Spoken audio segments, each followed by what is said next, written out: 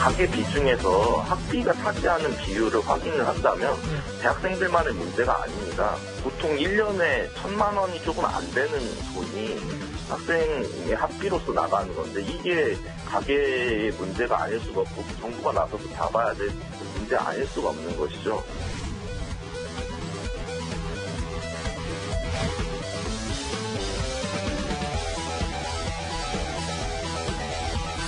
대학생의 외침에 국회가 응답하라! 응답하라! 응답하라! 한예상 3차 추경 편성하라!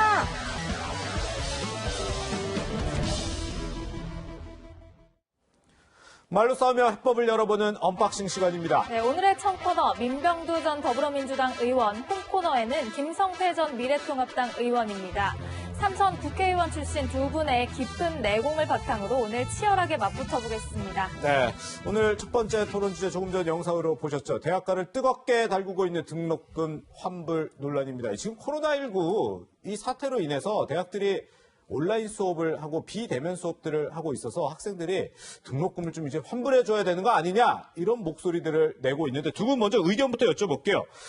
등록금 환불을 해야 하냐 아니냐, 만약에 해야 한다면 어떤 돈으로 해야 하냐. 먼저 민병두 의원님은요. 저는 해야 한다고 보고 대학 당국이 할 수 있도록 정부가 역할을 해야 한다고 봅니다. 대학 당국이요. 우리 김성태 의원님께서는요. 저도 지난 1학기 동안 학생들이 제대로 된 강의를 들은 적이 없지 않습니까? 그렇죠. 인터넷 강의도 제대로 1시간 20분짜리가 20분에 끝나고 거의 가제 중심으로 했기 때문에 강의가 되지 않았죠. 그렇기 때문에 이 등록금 반환 문제는 정부와 대학이 같이 공동의 책임으로 감면하는 게 저는 맞다고 보고 있습니다. 예.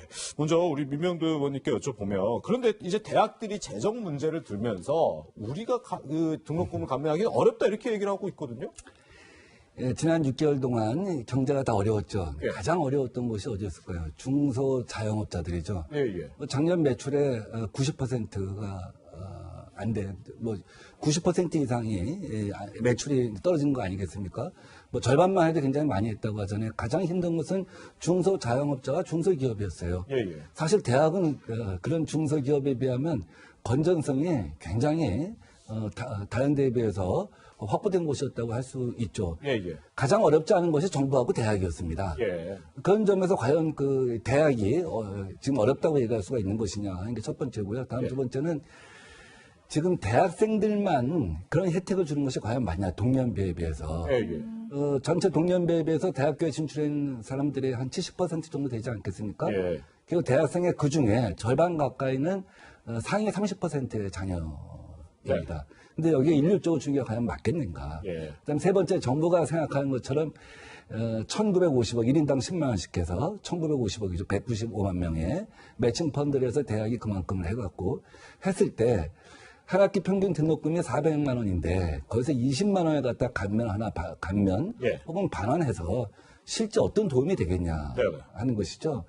그래서 그 정부가 하는 것보다는 사실은 대학 당국이 이 언택 시대에 맞게 예, 예. 대학을 구조 조정해가면서 새로운 어떤 시스템에 맞춰갖고 자기 정비를 해나가면서 등록금의 요소를 갖다가 재구성하는 것, 그래서 감면해 주는 것, 그것이 좀 맞다고 생각합니다. 근데 아까 김성태 의원님께서는 정부 역할까지 얘기했으니까 결국 국가에 세금이 투입되는 것까지 생각을 하고 계신 것 같은데 왜 세금을 이 대학생들 등록금에 세금을 넣는 게 맞냐 이런 의견도 좋지 않아요? 구체적으로는 세금이라기보다는 국가 재정이죠. 예, 예. 국가 재정도 물론 세금에서 충당될 수밖에 없는 그렇죠. 것인데 지금 코로나19는 국가 재정으로 사실상 나라 경제 그리고 가정 경제까지 버텨나가는 그런 어려운 환경이죠. 그런 측면에서 정부는 특히 취약계층 그런 일자리를 위해서 공공재 일자리를 사실상 그냥 이렇게 정부가 지원하기는 곤란하니까 그래 공공재 일자리를 통해서 지원하고 있지 않습니까? 예, 예. 그렇듯이 이번에 전환 기본소득도 최소한의 그런 가정 경제를 지켜내기 위한 그리고 소상공인 자영업자들의 어떤 그런 실물 경제가 돌아가기 위한 하나의 수단으로 정부가 국가 재정을 투입했지 않습니까? 예, 예. 그렇듯이 지금 대학 같은 경우도 물론 대학의 적립금으로서 제대로 된 수업을 받지 못한 학생들의 등록금 부분을 이렇게 반납해주면은 그것처럼 좋은 일이 없겠죠. 예. 그렇지만 대학도 이제 나름 인터넷 강의를 위해서 모든 기자재를 또 구매를 하고 또 설치하고 이런 돈이 많이 들었단 말입니다. 네. 그래서 이런 부분들은 대학에만 또 책임을 또 전가시킬 수도 없는 내용이죠. 그래서 코로나19 같은 그런 사상 재앙적인 상황이기 때문에 국가 재정과 대학 적립금이 적절하게 이렇게 서로 매칭이 돼가지고 학생들의 등록금 이 문제를 좀 해결하는 게 가장 슬기로운 방법이 아니겠나 이렇게 생각하고 있습니다. 네, 민 의원님께서는 아까 좀 대학 자체의 어떤 노력에 좀 방점을 찍으셨는데 사실 방금 김 의원님 말씀하신 것처럼 국가가 대학을 좀 간접 지원하는 방안도 있지 않는 여러 아이디어들이 나오고 있어요. 뭐 좀 어떻게 보시는지. 저는 1인당 10만 원, 대학과 매칭해서 20만 원씩 해서 네. 4천억을 갖다가 모든 대학생들한테 지원하는 거 국가 재정으로 그건 부적절하다고 봐요. 그럴 바에는 동년배 고등학생, 고등학교 고졸생도 있고 또 대졸생도 있지 않습니까? 네네. 굉장히 취업이 힘들잖아요. 과거에 비해서 구직난에 이제 막 앞으로 이것이 2년 갈지 3년 갈지 뭘지 모르는데 굉장히 어려운 시기인데 이런 취업 지원금을 갖다가 해주는 것이 그 돈을 갖다가 예. 적절하게 사용하는 것이라고 봅니다.